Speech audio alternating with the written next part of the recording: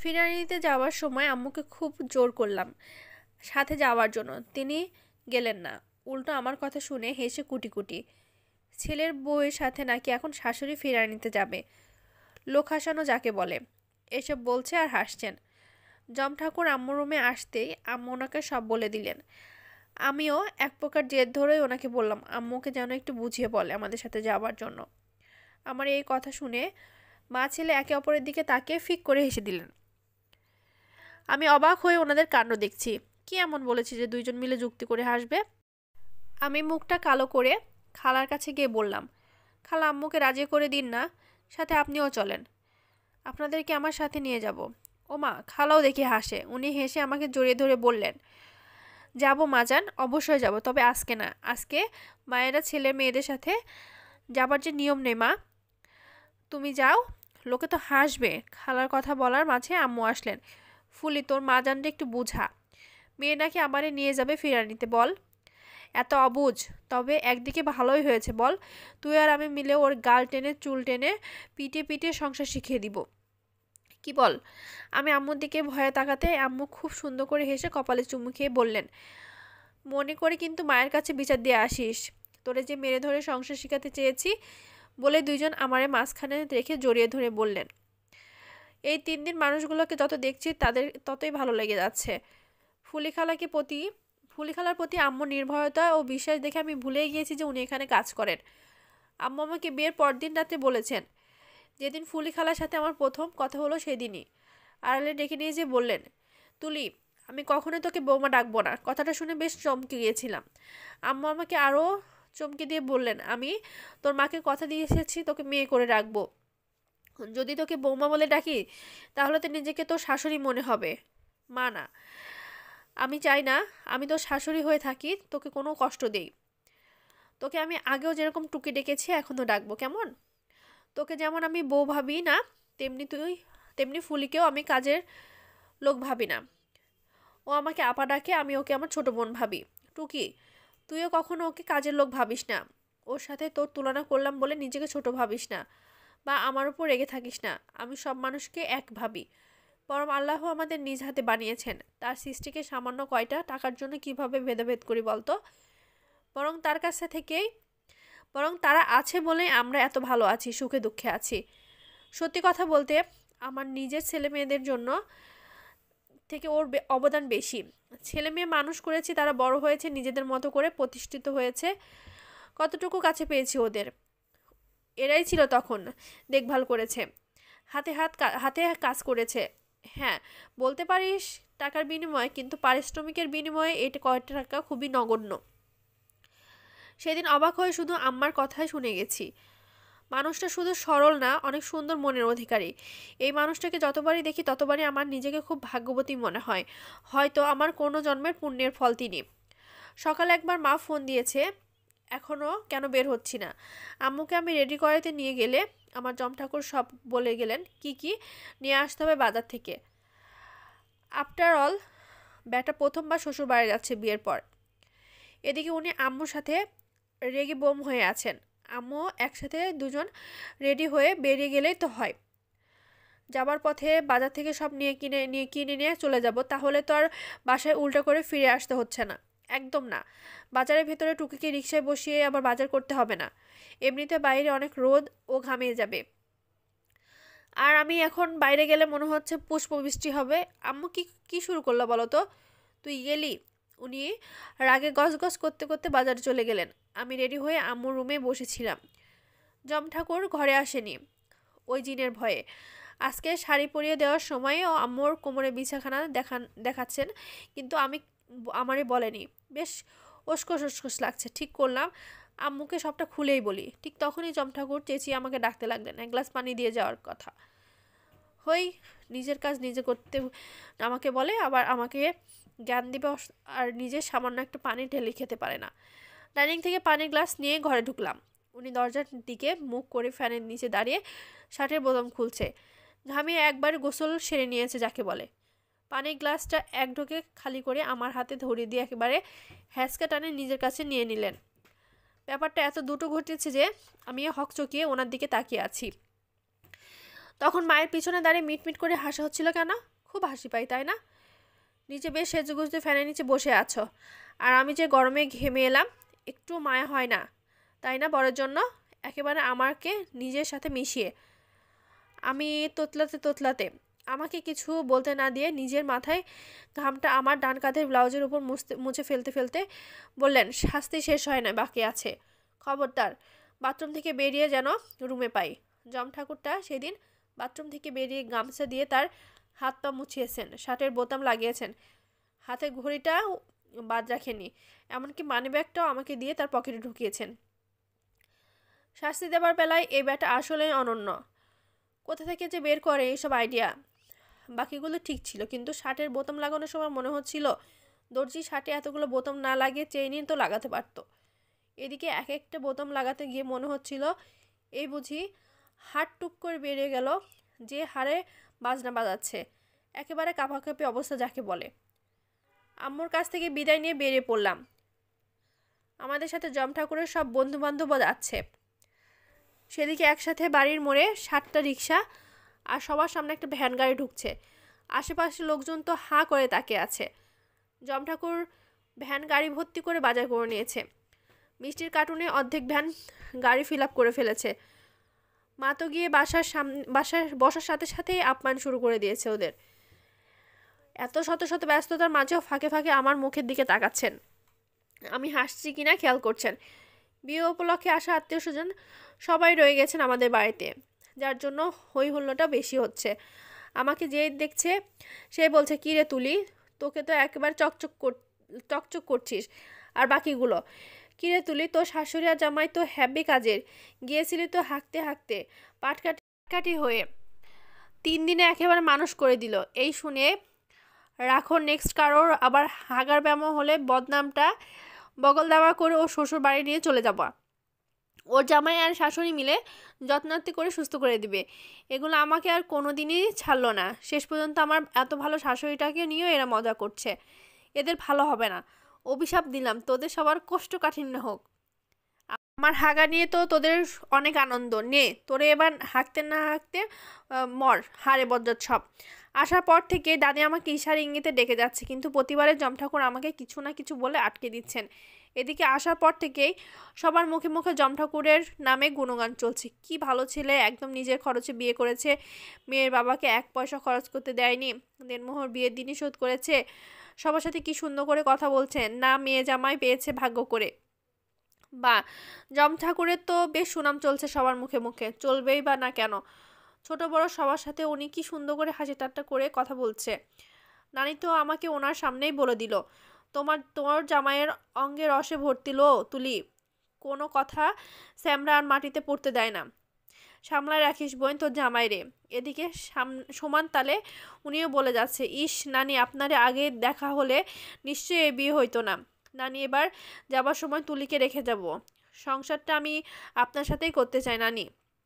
রসের আলাপ বন্ধ করে না জামাই, 1 পা কবরে আর আরেক পা কবরস্থানে দরজায়, যারে দিছে তারে নিয়েই সুখী হও ভাই। আজকে তোর নানা বাইচে থাকলে খুব খুশি হইতো, বুঝলি। তুলি যে তার কি আদরের ছিল, অন্যান্য নাতিদেরও সে ভালোবাসতো, কিন্তু তুলিকে তার মায়ের মতন দেখা যেত, তাই তাকে একটু বেশি ভালোবাসতো। কত কাঁধে করে নিয়ে ঘুরে বেরিয়েছে, কখনো নাম ধরে ডাকতো না, সবসময় ছোট বেগম বলে ডাকতো। ব্যাস, এই ডাকটা শুনলেই মেয়ে রেগে বোম হয়ে যেত। বুঝলে ভাই, মানুষটা সবসময় বলতো, রানু তোমার আগে যেন আল্লাহ আমাকে নেয়, তোমার মরণ আমি সহ্য করতে পারবো না। আল্লাহ তার ফরিয়াদ কবুল করেছেন ভাই, কিন্তু আমারটা শুনছেন না।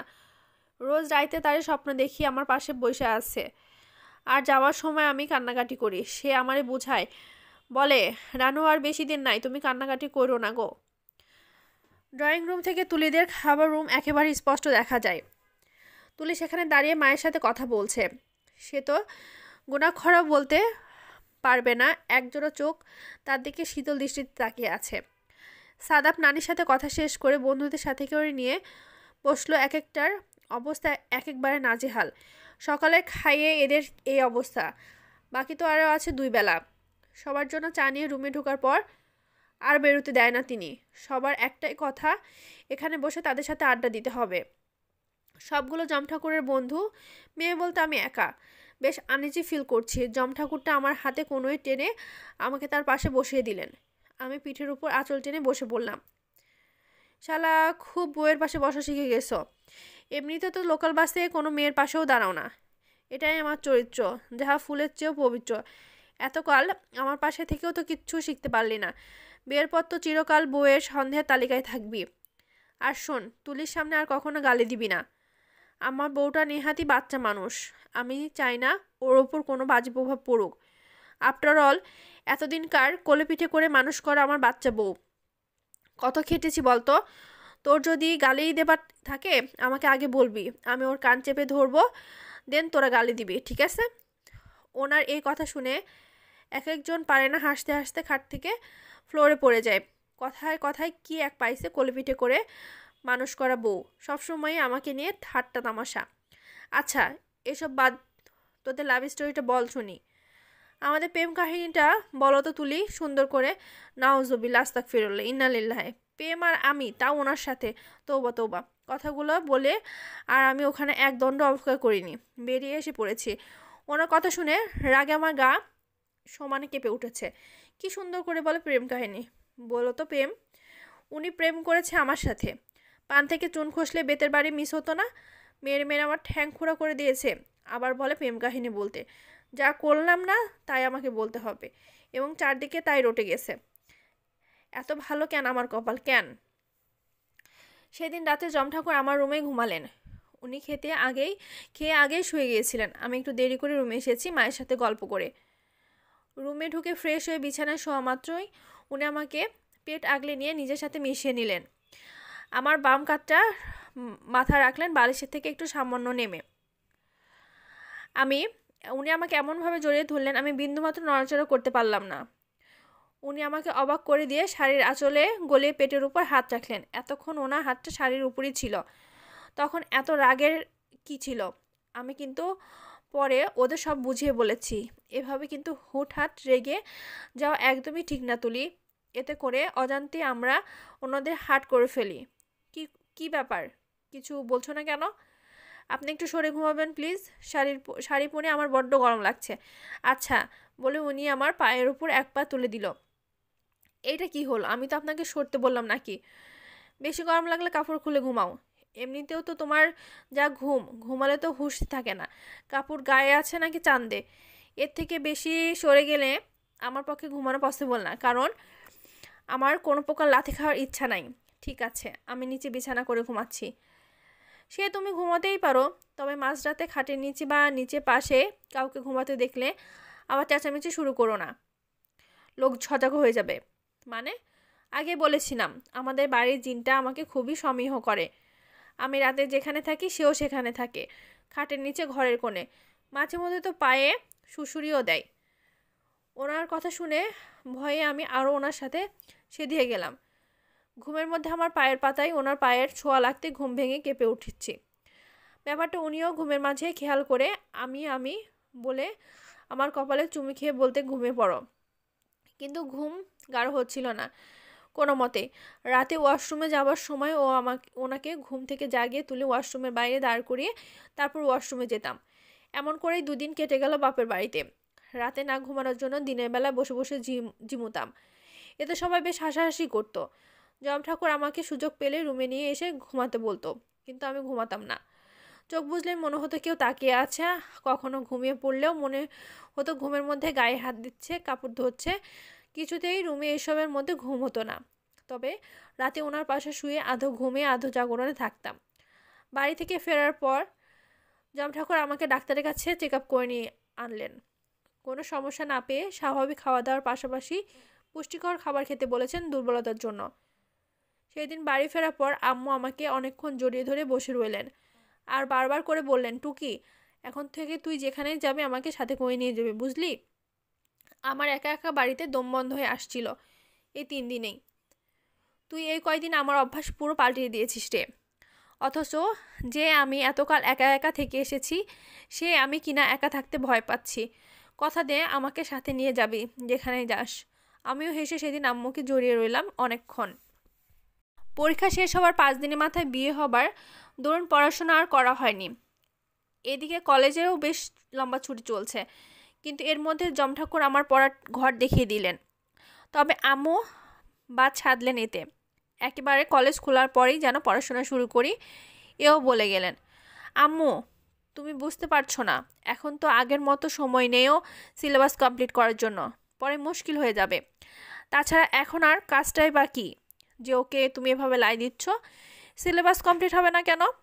তুই আছিস তাহলে কিসের জন্য? এ কয়দিন একটু রেস্ট থাকুক, বিয়ের ধকলটা কি কম নাকি?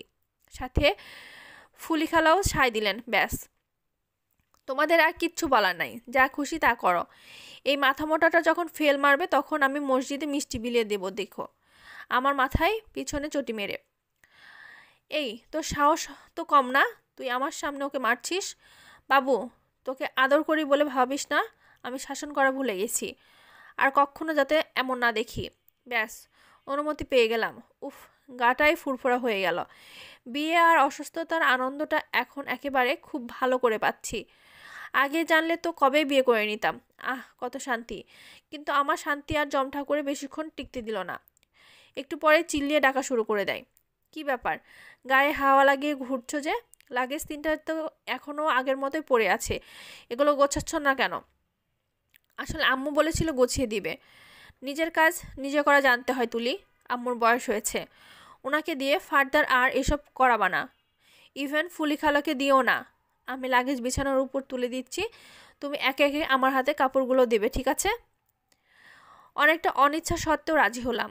জমঠাকুরের যা রাগ, দেখা গেল না করার জন্য আমার মাথা চিবাতে বসে গেছেন। কিন্তু এখানে তো আমার কিছু প্রয়োজনীয় জিনিসও আছে, কিভাবে কি করব। এদিকে উনি ওনার জামা কাপড় গুছিয়ে আমাকে কাপড় রাখার জায়গা করে দিলেন। কি হলো, দাও। মা ফেরার সময় গিফটের সব শাড়ি দিয়েছেন। তারপর এ বাড়িতে এসে অনেকগুলো শাড়ি পেয়েছি। আম্মু দিয়েছে, বড় আপু দিয়েছে, মেজো ভাবিও দিয়েছেন। আলমারির এক তাক অলরেডি ভর্তি হয়ে গেছে শাড়ি দিয়ে। আরেক তাকে শাড়ি আর সালোয়ার কামিজ। শেষ পর্যন্ত কিছু কাপড় ওনার কাপড়ের পাশে রেখেছি। বাকি কাপড়গুলো তুমি গোছাও, আমি ফ্রেশ হয়ে আসছি। ওনার কথায় কিছুটা স্বস্তি পেলাম। হয়তো আমার অস্বস্তি তার চোখে পড়ছিল সেদিন। তবে জমঠাকুর তাকে মেনে নিতে, এই সম্পর্ক বলতেই হবে, এই সম্পর্কটাকে মনে ধারণ করতে অনেক ছাড় দিয়েছেন, অনেক এফোর্ট দিয়েছেন, যা আমি আজ খুব ভালোভাবে বুঝতে পারছি। দিনকাল বেশ কাটছে আম্মুর সাথে আর ফুলি খালার সাথে। তার সাথে জমঠাকুর তো আছেনই। জিনের ভয়ে রাতে ভালো ঘুম হচ্ছে না। তাছাড়া উনি বাসায় না থাকলে আমি আম্মুর রুমেই শুয়ে বসে থাকি। উনি প্রতিদিন বাসায় ফিরে রুম থেকে চেঁচিয়ে চেঁচিয়ে ডাকবেন জল দেবার বাহানায়। আজকাল কেন জানি ওনার এই চেঁচিয়ে চেঁচিয়ে আমার নাম ধরে ডাকাটাও খুব ভালো লাগে। নিজেকে কেমন জানি গিন্নি গিন্নি লাগে। একদিন তো আমার সাথে খুব রেগে গেলেন, রুমে থাকে না কেন, কেন বারবার আমাকে তার ডাকতে হয়। চুপ করেছিলাম সেদিন, মুখের রাটাও কাটিনি। কি বলবো, আপনার রুমে ভূত আছে, আমার এই রুমে আসতে ভয় করে, বললেই সেরেছে। কিলি আমাকে ভূত বানিয়ে দিবেন। যা রাগ বাবা। ডাক্তার পুষ্টিকর খাবার খাওয়ার বয়ান দেওয়ার পর থেকে সকালে সেদ্ধ 2টা হাঁসের ডিম আর রাতে ঘুমানোর আগে 1 গ্লাস দুধ হয়েছে আমার খাবারের তালিকায়। টেবিলে খাবার নিয়ে তালবাহানা করি বলে আম্মু রোজ সকালে খাবার পর ফুলি খালাকে দিয়ে ডিম রুমে পাঠিয়ে দেয়। জমঠাকুর তখন জমের মতনই এই ডিম আমাকে জিনের ভয় দেখিয়ে গেলেন। সেম কাহিনী, খেতে না চাইলেই বলবে জিনটা আমাকে বড্ড ভালোবাসে। কেউ যখন আমার কথা শুনে না তখন সে খুব রাগ করে, আর রাত বেরোতে রুমের মধ্যে বড়সড় পা ফেলে হাঁটে আর চেঁচামেচি করে। নয়তো বলবে, গায়ের যা চিকন চিকন হাড্ডি, আমার তো তোমার উপর হাত পা রাখতেই ভয় করে, না জানি আবার ভেঙে যায়। আমি চুপচাপ শুনি আর দুধ গেলি। সুযোগ পেলে আয়না নিজেকে দেখি আর দীর্ঘশ্বাস সারি। রাতে একেবারে ঘুম হচ্ছে না, কোনো মতে চোখ বুঝে পড়ে থাকা যায় আর কি। এদিকে জমঠাকুর রোজ আমাকে পেঁচিয়ে ধরে ঘুমাচ্ছেন, সারা রাত একটু নড়তে পারি না। সকালে উঠে হাত পায়ে প্রচণ্ড ব্যথা হয়। আজকাল ভয়টাও যেন বড্ড বেড়েছে। রাতে রুমের লাইট অফ করে দেই না। মাঝে মধ্যে উনি ঘুম থেকে উঠে ওয়াশরুমে গেলে আমিও দরজার বাইরে দাঁড়িয়ে থাকি। প্রায় রাতে উনি আমাকে মাথায় বিলি কেটে ঘুমাতেও সাহায্য করে, কিন্তু ঘুম আমার চোখে নামে না। সারাক্ষণ মাথার মধ্যে ওনার বলা কথাগুলো বাজে। সারাদিন ঝিমোতে থাকি, চোখের নিচে কালি দিন দিন গাঢ়ই হয়ে চলেছে। আজকাল আর জম ঠাকুরে আমাকে ভয় দেখে কোনো কিছু করার না, সারাক্ষণই দেখি কিছু একটা নিয়ে টেনশন থাকে। এর মধ্যে একদিন যশোর থেকে বড় আপু শাশুড়ি ফোন দিয়েছে, আপু নাকি সিঁড়ি থেকে পড়ে বেশ ব্যথা পেয়েছে। আম্মু তো কান্নাকাটি শুরু করে দিয়েছে। অস্থির হয়ে গেলেন। শেষ পর্যন্ত উনি ফুলি খালাকে নিয়ে গাড়ি করে যশোরে রওনা দিলেন। সাথে উনিও যেতে চেয়েছিলেন, কিন্তু আমার জন্য রয়ে গেলেন। তাছাড়া আম্মু রাজি হচ্ছে না। আম্মুরা যেদিন গেলেন সেদিন উনি আর বাইরে যাননি। সারা বাড়িতে যেন কেমন একটা গোমর ভাব চলে এসেছে, একটা গা ছমছমে ভাব। সারাদিন ভয়ের জম ঠাকুরের পেছন পেছনই ছিলাম। বিকেল থেকে হাত পা ব্যথা করছিল বেশ। উনি স্টাডি রুমে গিয়ে ফাইলপত্র নাড়ছিলেন, আর আমি ড্রয়িং রুমে বসে টিভি দেখছিলাম। কেন যেন আজকে ড্রয়িং রুমে বসতেও ভয় করছে। বারবার এদিক সেদিক তাকাচ্ছি, মনে হচ্ছে পেছনে কেউ আছে। এসব ভাবতে ভাবতে একেবারে ঘামে যাচ্ছি। 2-10 মিনিট পর দেখলাম উনি একটা ফাইল নিয়ে এসে আমার পাশে বসলেন। কখন ঘুমিয়ে গিয়েছি বলতে পারবো না। ঘুম ভাঙলে ওনার ডাকে। ভালো করে তাকিয়ে দেখি সোফায় আছি এখনও, মাথার নিচে বালিশ দেওয়া। উনি ফাইলপত্র গুছিয়ে উঠে পড়লেন। ঘড়ির দিকে তাকাতে দেখি 10টা বেজে গেছে। গাটা বেশ ভারী ভারী লাগছে। কোমরের দিকে শির দ্বারা একেবারে টান হয়ে ব্যথা করছে। বেসিন থেকে পানি মুখে চোখে ছিটিয়ে শাড়ির আঁচল দিয়ে মুখ মুছে নিলাম। রুমের দরজাটাও দেখতে কেন যেন ইচ্ছে করছে না। খাবার সব গরম করে ওনাকে ডেকে এসে প্লেটের সব খাবার তুলে দিয়ে নিজেও খেতে বসলাম। কিন্তু খাওয়া আর গলা দিয়ে নামছে না। 4টে ভাত ডাল দিয়ে মুখে গুজে উঠে পড়লাম, সব কিছুই গুছিয়ে।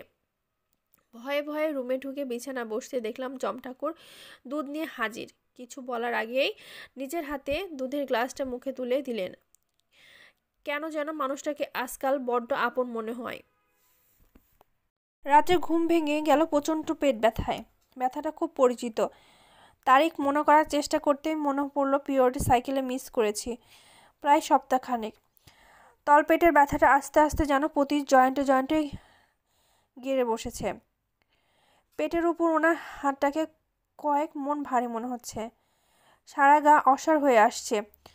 প্রতিবারই এত ব্যথা। মাকে বড্ড মনে পড়ছে। আমার গঙ্গানির আওয়াজ শুনে ওনার ঘুম ভেঙে গেল। আমার পেট চেপে গঙ্গাতে দেখে কিছুটা হকচকিয়ে উঠে বসলো। পিরিয়ডের ব্যাপারটা বুঝতে ওনার খুব বেশি সময় লাগলো না। আলমারি থেকে কাপড় নিয়ে আমাকে ওয়াশরুমে পাঠিয়ে দিলেন ফ্রেশ হবার জন্য। ফ্রেশ হয়ে রুমে আসতে দেখি উনি নতুন বেডশিট পাচ্ছেন। ব্যাপারটা দেখে বেশ লজ্জা পেলাম। রাতে কেন হলো, দিনেও তো হতে পারতো। লজ্জায় কেন কোনোভাবে ওনার দিকে তাকাতে পারছি না। ভোরের পাখির ডাক শোনা যাচ্ছে বাইরে। ভোর কি হয়ে গেছে তাহলে? ঘড়িতে তাকাতে দেখলাম 4:50 বাজে। জম ঠাকুর হুট করে এসে আমার চুলে ভাঁজ করে গামছাটা খুলে দিল। ভেজা গামছাটা চুলে বেশি সময় রাখতে নেই, মাথা ব্যথা হয়। এখন একটু ঘুমিয়ে পড়ো। আর একটু এটা নর্মাল, এটাতে এত লজ্জা পাওয়ার কিছু নাই। কিছু লাগলে আমাকে ডেকো বলে আমাকে টেনে শুয়ে দিয়ে নিজেই আমার পাশে শুয়ে পড়লেন। প্রতিবারই পিরিয়ডের সময় তাতে জ্বর জ্বর ভাব, অরুচি সহ হাত পা ব্যথা নানা উপসর্গ দেখা দেয়। প্রথম 3 দিন তো ভালো, কথাতেও মেজাজটা খারাপ হয়ে যায়। কত চিল্লাচাল্লি করতাম মায়ের সাথে, মা চুপচাপ সহ্য করতেন। উল্টো একটা এটা সেটা মুখের কাছে এনে ধরতেন। সকালে ঘুমটা ভাঙলে মাকে স্বপ্নে দেখেই পাশে তাকিয়ে দেখি জম ঠাকুর নেই। রুমের দরজাটা হা করে খোলা। ফ্রেশ হয়ে বাইরে যেতেই দেখি উনি রান্নাঘর থেকে চায়ের কাপে নিয়ে বের হচ্ছেন। বাইরে মুঘলধারার বৃষ্টি হচ্ছে। আকাশ এখনও কালো হয়ে আছে। কালবৈশাখী ঝড়ের পূর্বাভাস।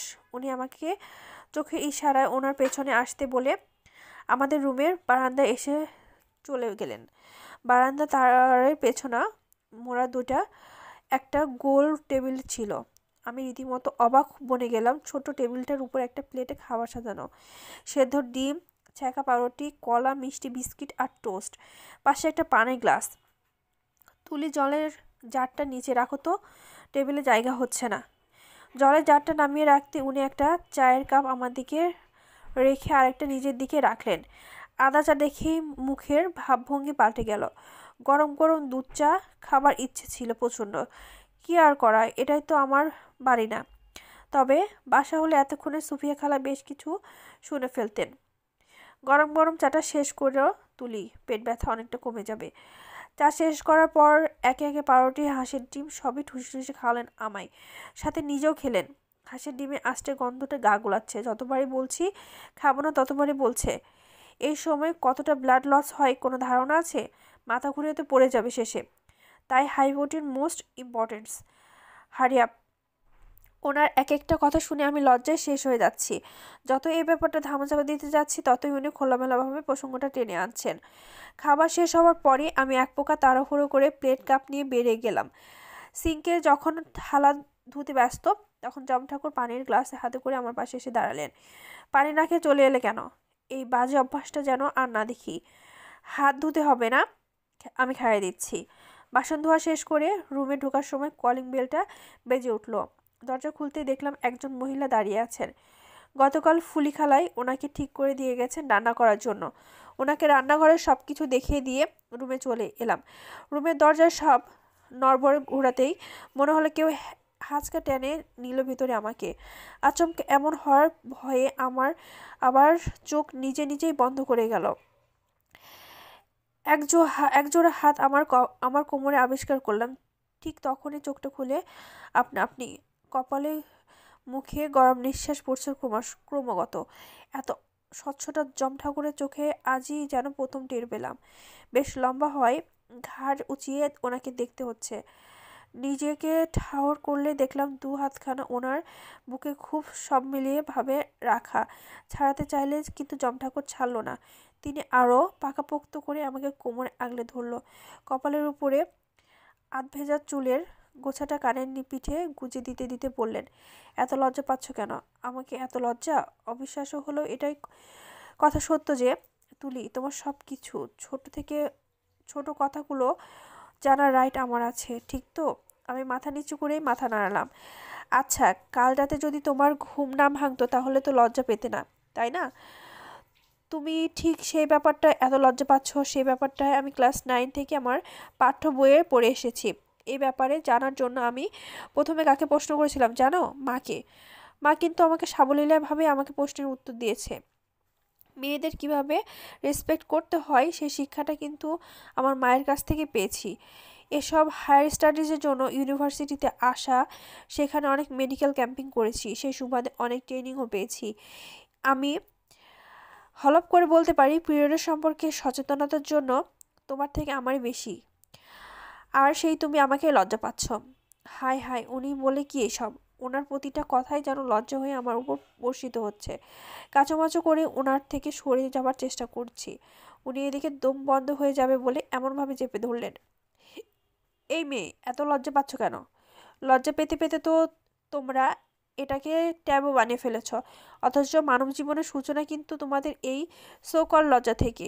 এরপর থেকে কিন্তু আমার কাছে আর কোনো কিছু লুকানোর চেষ্টা করবে না বলে আমার কপালে একটু চুমু খেয়ে নাকটা টেনে দিলেন। সেদিনও সারাদিন উনি বাসা থেকে কোথাও যাননি। একটু পর পর পানি নিয়ে আসছে, না হয় কোনো ফল। এত এত দিনকাল চেনা মানুষটাকে নতুন করে আবার জানছি। আগে সেই রাগেরাগি সাদাব নামক মানুষটার সাথে আজকাল আমার সামনে বসা মানুষটার কোনো মিলই নেই। বিয়ে ঠিক হবার পর যতবারই বলেছি মাকে ওনার রাগের কথা, ততবারই মা হেয়ালি করে উড়িয়ে দিয়েছে আর বলেছেন টিচার হিসেবে যেমন সাদাব খুবই ভালো, তেমনি মানুষ হিসেবে সাদাবও এক কথায় অনন্য। আসলে অনন্য তিনি। এত স্বচ্ছ আর প্রাণবন্ত মানুষটা সবার সাথে একদম নিজের মতো করে মানিয়ে মিশে থাকতে পারে। বাবা তো আজকাল সাদাব ভাইয়ের নাম শুনলে দুঢোক জল বেশি খায়। সন্ধ্যার দিকে ওনার এক বন্ধু ফোন দিয়ে বেরোতে বললে উনি কোনো হেয়ালি না করেই বলে দিলেন, না রে, আমার বউটা অসুস্থ, আজ আর আসবো না। আমি তখন সোফাতে হেলান দিয়ে বসে টিভি দেখছিলাম। ওনার এই কথা শুনে আমারও মনে হলো এক বালতি লজ্জার মধ্যে আমি হাবুডুবু খাচ্ছি। তবে ওনার সেই আমার বউ বলা কথাটা আমার খুব ভালো লেগেছিল। আসলে তো আমি ওনার বউ, সাদাবের বউ। বের হব না বলে সন্ধ্যায় কিছুক্ষণ পর উনি লুঙ্গি পরে কিছুক্ষণের জন্য চলে আসলো বলে বেরিয়ে গেলেন। এদিকে আমার অবস্থা খারাপ ভয়ে রুমের দরজা লক করে ড্রয়িং রুমে ফুল ভলিউমে টিভি অন করে রেখেছি। সামনে পায়চারি করছি তো কখনো দরজার সামনে গিয়ে দাঁড়িয়ে আছি। পাক্কা 35 মিনিট পর উনি ফিরে এলেন। দরজা খুলে পরে সিগারেটের গন্ধটা সবার আগে নাকে লাগলো। ও তার মানে বেটা খচ্চর জমঠাকুর সিগারেটের হাওয়া গেলার জন্য আমার এই জিনের কাছে একা রেখে চলে গেছিল। সাদাব মানুষ হিসেবে অনন্য। দেখে যাও, তোমাদের অনন্য মানব জনাব সাদাব মিয়া সিগারেট খায়। রাতে আর কোমর ব্যথার জন্য বিছানায় ছেড়ে দাঁড়াতে পারিনি। কাঁথা মুড়ি দিয়ে শুয়েছিলাম। উনি নিজে খাবার গরম করে প্লেট করে রুমে এনে আমাকে বেশ কয়েকবার ডাকলেন। খাবার কোনো ইচ্ছে ছিল না বলে আর খাইনি। উনিও তাই বেশি জোর করলেন না। সেখানে বসেই নিজে খাবার শেষ করলেন। আমাকে এক গ্লাস দুধ খাওয়ালেন নাছোড়বান্দা হয়ে। সে রাত্রে আর আমার উপর হাত পা রাখেননি, তবে বেশ গা ঘেঁষেই শুয়েছিলেন। সকালে ঘুম ভাঙার পর বিছানা থেকে নামতেই নুপুরের ঝমঝম আওয়াজ স্পষ্ট হলাম। জমঠাকুর তখনও বেঘরে ঘুমাচ্ছিলেন। মনের ভুল ভেবে সামনে এগোতে আবার শুনলাম। আশেপাশে তাকাতে তাকাতে যখন নিজের পায়ের দিকে চোখ পড়ল, তখন নিজেই ভয়ে আধমরা হয়ে গেলাম। আমার পায়ে নুপুর কোথা থেকে এলো? আমি তো পড়ি নাই, তাহলে কি জিনটা আবার? এবার হাউমা করে কান্না জুড়ে দিলাম বিছানার পাশে মেঝেতে বসে। জমঠাকুরের ঘুম ততক্ষণে ভেঙে গেছে। উনি এক প্রকার পরিমণি পরিমণি করে আমার কাছে ছুটে এলেন। এ কি তুলি, কি হয়েছে? এভাবে কাঁদছো কেন? কষ্ট হচ্ছে? কি হয়েছে বলবে তো? এখানে আবার থাকবো না, আমি বাড়ি চলে যাব। কি বলছো এইসব সকাল সকাল? আবল তাবল। ওই জিনটা আবার এসেছে।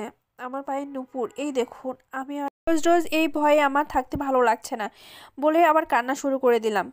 উনি কিছুক্ষণ আমার দিকে তাকিয়ে থেকে একদম নিজের সাথে মিশিয়ে জড়িয়ে ধরলেন। তুলি, এ ঘরে কোনো জিন নেই। নুপুরটা আমি তোমাকে পরিয়ে দিয়েছি কাল রাতে। তুমি ঘুমিয়েছিলে তাই টের পাওনি। তার মানে উনি এতদিন আমাকে মিথ্যে ভয় দেখিয়েছেন, কিন্তু কেন? আপনি এতদিন আমাকে মিথ্যে ভয় দেখিয়েছেন? আপনি ছাড়েন, আমাকে ছাড়েন বলছি। ভয় তুমি তোমার দোষে পেয়েছ।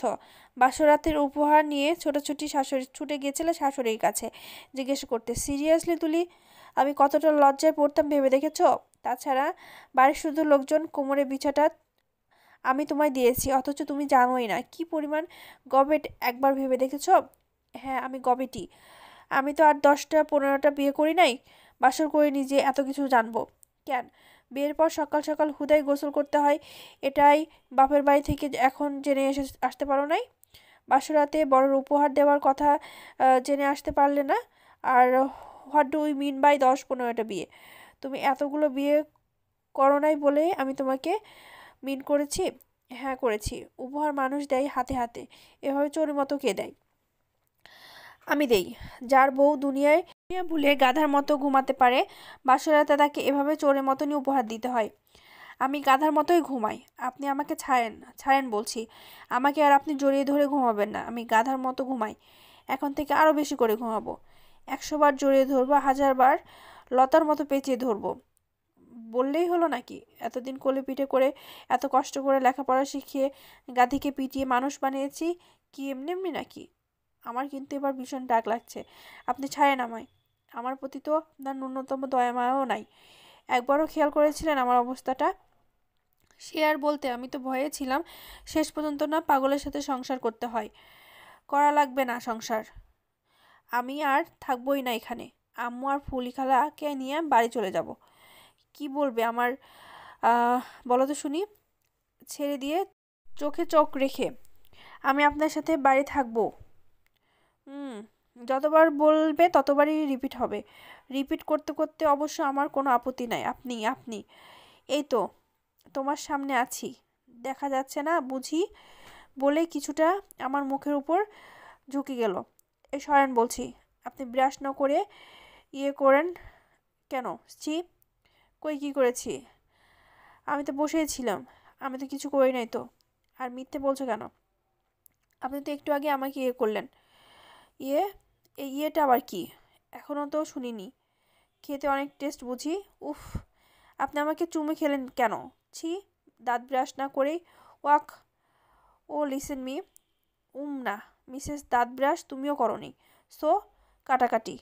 এখন মন দিয়ে কান খুলে একটা কথা শোনো, মাথায় গেঁথে রাখো। যতদিন আমি বেঁচে আছি ততদিন সংসারটা আমি তোমার সাথেই করতে যাব, ইভেন আমি মরার পরও। সো এসব কথা মাথা থেকে একেবারে ঝেলে ফেলো, ওকে? কথাগুলো বলেই ধুম করে আবার চুমু খেয়ে নিল কপালে। তারপর হনহন করে বাথরুমে ঢুকে পড়লো। নিজে ফ্রেশ হয়ে এসে আমার উপর হুকুম তামিল করতে গেল। আমি গরম জল করে নিয়ে আসছি, এখনই গোসল করবে। টাঙ্কির পানি বেশ ঠান্ডা। রাতে তো কাঁথা মুড়ি দিয়ে শুয়েছিলে, এসে যেন রুমেই পাই। আমি কোনো কথাই বলিনি, কোনো রকমে বিছানাটা গুছিয়ে গুটিসুটি মেরে দাঁড়িয়ে আছি। গোসল করার জন্য গা নিষ্পিস করছে। এদিকে কোমরের আবারও ভার ভার হয়েছে যেন। জমঠাকুর গামলা ভর্তি করে গরম পানি বালতিতে ঢেলে দিয়ে গেলেন। আমি কাপড় চোপড় নিয়ে সোজা বাথরুমে। গোসল সেরে যেন জান্নাতে সুখ পাচ্ছি। গায়ের ম্যাজ ম্যাজ ভাবটা কমে গেছে, সাথে কোমরের ভারটাও কিছুটা কমেছে। কিন্তু ব্যথাটা বাড়ছে তীব্র গতিতে। মাথায় গামছা পেঁচিয়ে শাড়ি নিয়ে রুমে চলে এলাম। মূলত এই সময়টাতে উনি রুমে আসে না, আর বাথরুমে ভালো করে শাড়ি পরাটাও যায় না, ভিজে একাকার হয়ে যায়। ভেজা গামছাটা চুল থেকে খুলে বারান্দায় মেলে দিয়ে ওনার গামছাটা পেঁচিয়ে শুয়ে পড়লাম। ইস, কি যে শান্তি লাগছে। ঘুমে দু চোখ ভেঙে আসছে একেবারে। ঘুম ভাঙলো 11টার দিকে। পেটের উপর থেকে হট ব্যাগটা হাতে নিতেই, এটা কোন জিনে দিয়ে গেছে? আমি দিয়েছি।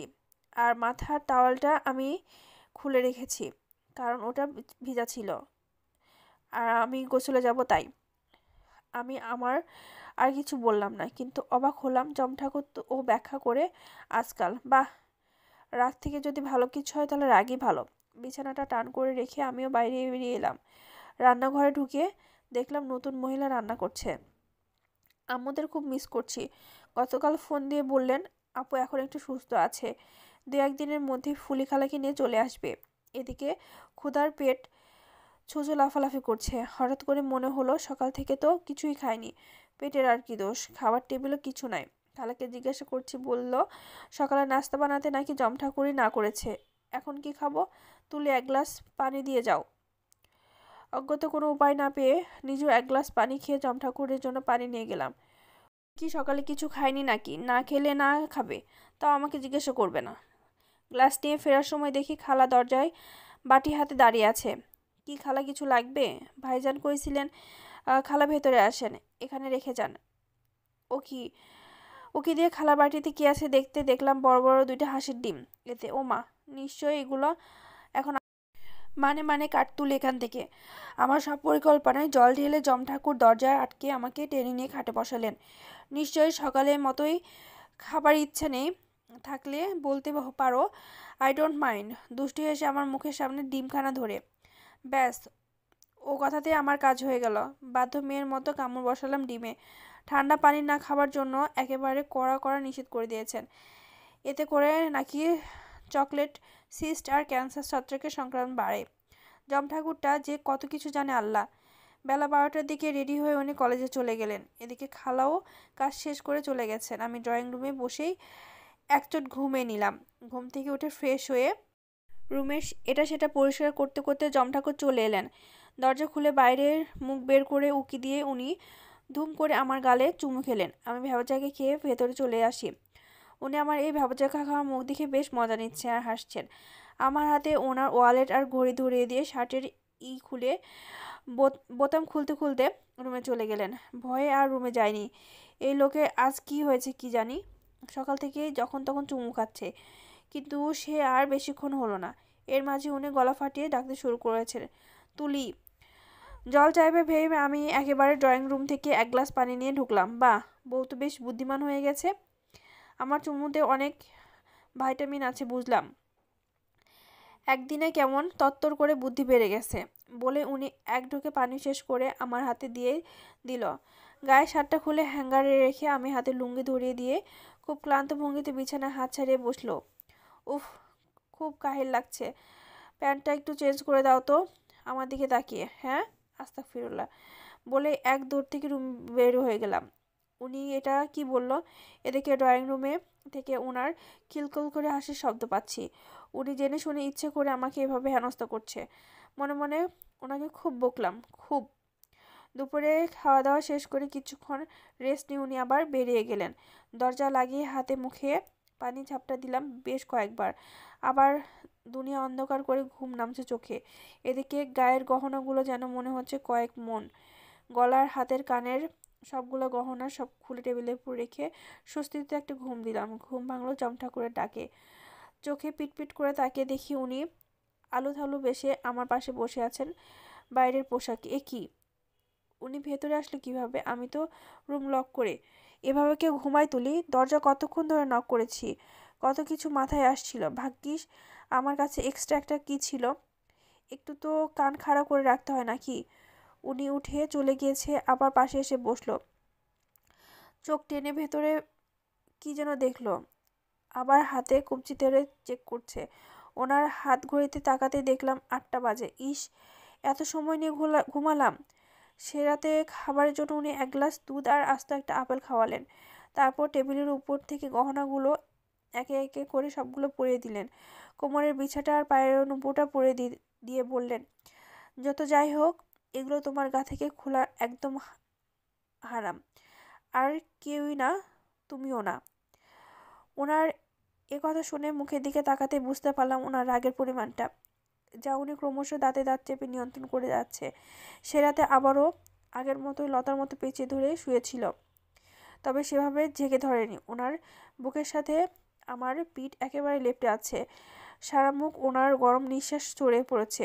ওনার বাঁ হাতের নিচে আমার মাথাটা ডান হাতের শাড়ির আঁচলে গলিয়ে পেটের উপর রাখলেন। তুলি, আজকে খুব বেশি ব্লিডিং হয়েছে? তোমার খুব বেশি দুর্বল দেখাচ্ছে? কালকে একবার ডাক্তারের কাছে যাবে। ওনার কথা শুনে লজ্জায় আমি শেষ। লোকটার মুখে কি কিছুই আটকায় না? উনি কিন্তু বেশ বুঝছেন আমি লজ্জা পাচ্ছি, কিন্তু তারপরও এগুলো বলছেন। যম ঠাকুরটা দিনকে দিন লজ্জাদায়ক মহামারী হয়ে যাচ্ছে আমার জন্য। উফ।